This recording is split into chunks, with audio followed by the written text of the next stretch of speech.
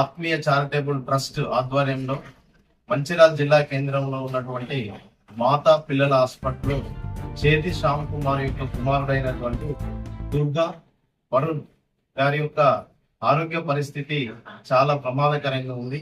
అతను వేడివేడిగా ఉన్నటువంటి సాంబార్లో అనుకోని కారణాల వల్ల పడడం జరిగింది. అతనికి శరీరం అంతా కూడా గాయాలు కావడం జరిగింది. వారికి రోజు దాదాపు 20 నుంచి 30 వేల రూపాయలు రోజు హాస్పిటల్ ఖర్చు కావడం జరుగుతుంది.